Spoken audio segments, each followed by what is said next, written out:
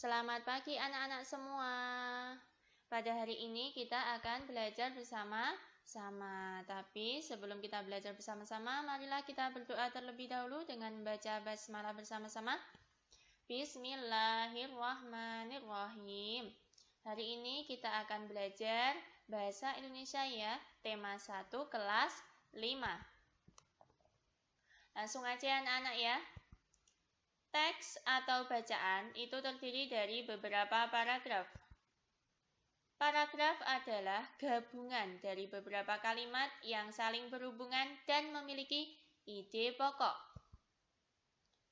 Suatu paragraf tersusun atas kalimat utama atau kalimat pokok dan kalimat pengembang atau kalimat penjelas.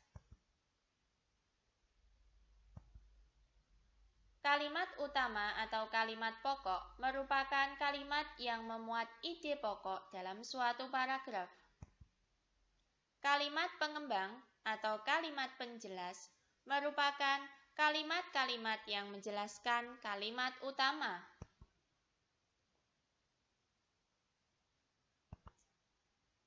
Ide pokok adalah ide atau gagasan yang menjadi dasar sebuah paragraf atau pokok pengembangan paragraf. Nah, nama lain dari ide pokok yaitu pokok pikiran atau pikiran pokok atau gagasan utama atau gagasan pokok atau pikiran utama. Jadi anak-anak ya, semisal ada soal seperti ini. Tentukan pikiran pokok dari paragraf berikut. Nah, jadi anak-anak nggak usah bingung ya. Jadi, pikiran pokok itu ya sama saja dengan ide pokok. Paham ya anak-anak ya?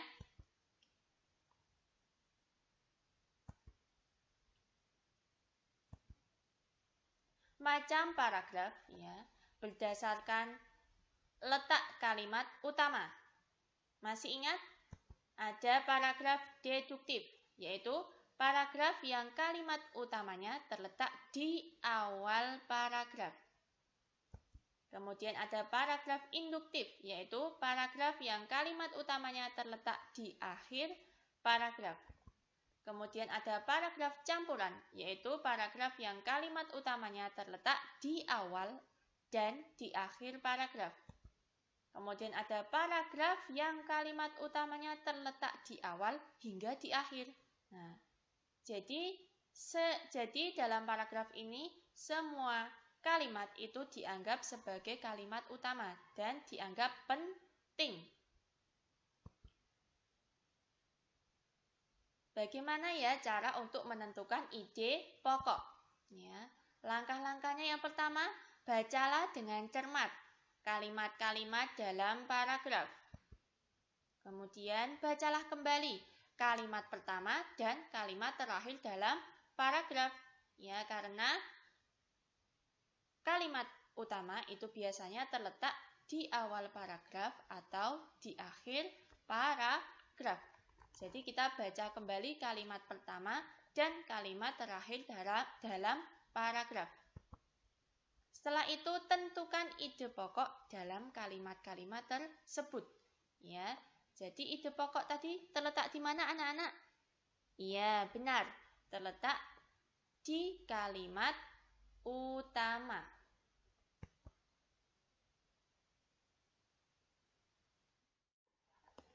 Nah, di sini ada contoh sebuah paragraf ya anak-anak ya. Marilah kita temukan ide pokoknya bersama-sama. Oh iya anak-anak, dalam membuat paragraf ya, dalam suatu paragraf itu jangan lupa ya, kalau anak-anak diminta tugas untuk membuat paragraf, itu di awal paragraf anak-anak buat sedikit menjorok ya, agak menjorok ke kanan, seperti yang ditunjukkan oleh anak panah warna berwarna merah ya. Kata bersepeda itu dibuat agak sedikit menjorok ke kanan, gitu ya anak-anak ya. Langsung aja kita temukan ide pokoknya bersama-sama ya anak-anak ya, dengan membaca paragraf ini terlebih dahulu. Bersepeda merupakan olahraga yang dapat membakar kalori dalam tubuh. Oleh karena itu, bersepeda dapat menurunkan berat badan. timbunan lemak-lemak dalam tubuh kita yang menyebabkan kegemukan akan terbakar dan lambat laun akan hilang. Berat tubuh kita akan kembali menjadi ideal. Setelah itu kita perhatikan awal paragraf dan akhir paragraf. Ya, sudah ketemu ide pokoknya? Ya, betul ya. Ide pokoknya itu terletak di awal paragraf. Ya, yaitu di kalimat utama, kalimat pertama. Bersepeda merupakan olahraga yang dapat membakar kalori dalam tubuh. Ya.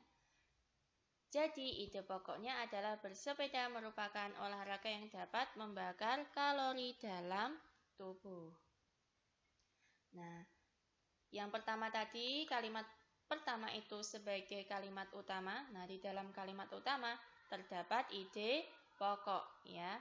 Kemudian, kalimat kedua dan selanjutnya hingga akhir itu disebut sebagai kalimat-kalimat pengembang. Gitu ya anak-anak ya.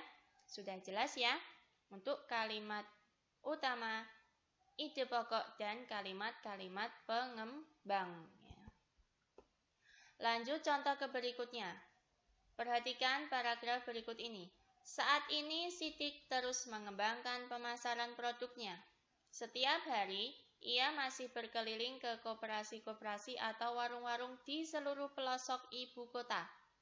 Bahkan, saat ini telepon selulernya sering berbunyi karena ada panggilan dari orang yang meminta agar pasokan kerupuk cap gurame segera dikirim.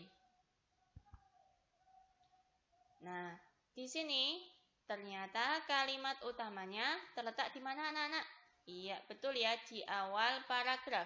Yaitu saat ini Sidik terus mengembangkan pemasaran produknya. Jadi, ide pokoknya adalah Sidik terus mengembangkan pemasaran produknya. Kita baca paragrafnya bersama-sama dulu ya anak-anak ya. Tanaman kumis kucing banyak dijumpai di daerah yang bersuhu sedang. Tanaman ini dapat digunakan untuk obat batuk. Tanaman kumis kucing ini juga berguna sebagai antibakteri. Selain itu, tumbuhan kumis kucing ampuh mengatasi masalah gatal-gatal pada kulit. Dapat disimpulkan bahwa tanaman kumis kucing mempunyai banyak manfaat. Jika anak-anak perhatikan kalimat pertama dan kalimat terakhir, kira-kira apakah di manakah letak kalimat utama? Iya, benar, di akhir paragraf, yaitu dapat disimpulkan bahwa tanaman kumis kucing mempunyai banyak manfaat. Jadi, ide pokoknya adalah tanaman kumis kucing mempunyai banyak manfaat. Lanjut ke contoh berikutnya. Bunga itu sungguh menawan. Warna mahkotanya merah jingga. Bentuknya bulat sempurna dengan tebaran bau semerbak. Itulah bunga mawar baru di depan rumahku. Nah, kalau anak-anak perhatikan kalimat awal paragraf dan akhir paragraf. Nah, di situ hampir dari kalimat pertama hingga kalimat kedua itu membicarakan tentang apa anak-anak? Tentang bunga mawar. Iya. Jadi bisa kita ketahui bahwa kalimat utamanya terletak di betul, akhir paragraf, yaitu itulah bunga mawar baru di depan rumahku. Ya. Jadi awal paragraf ya, kalimat pertama, bunga itu sungguh menawan, warna mahkotanya berwarna merah jingga, bentuknya bulat sempurna dengan tebaran bau semerbak. Itu adalah kalimat-kalimat penjelas dari kalimat utama. Gitu ya anak-anak ya. Jadi, ide pokoknya adalah bunga mawar baru di depan rumahku.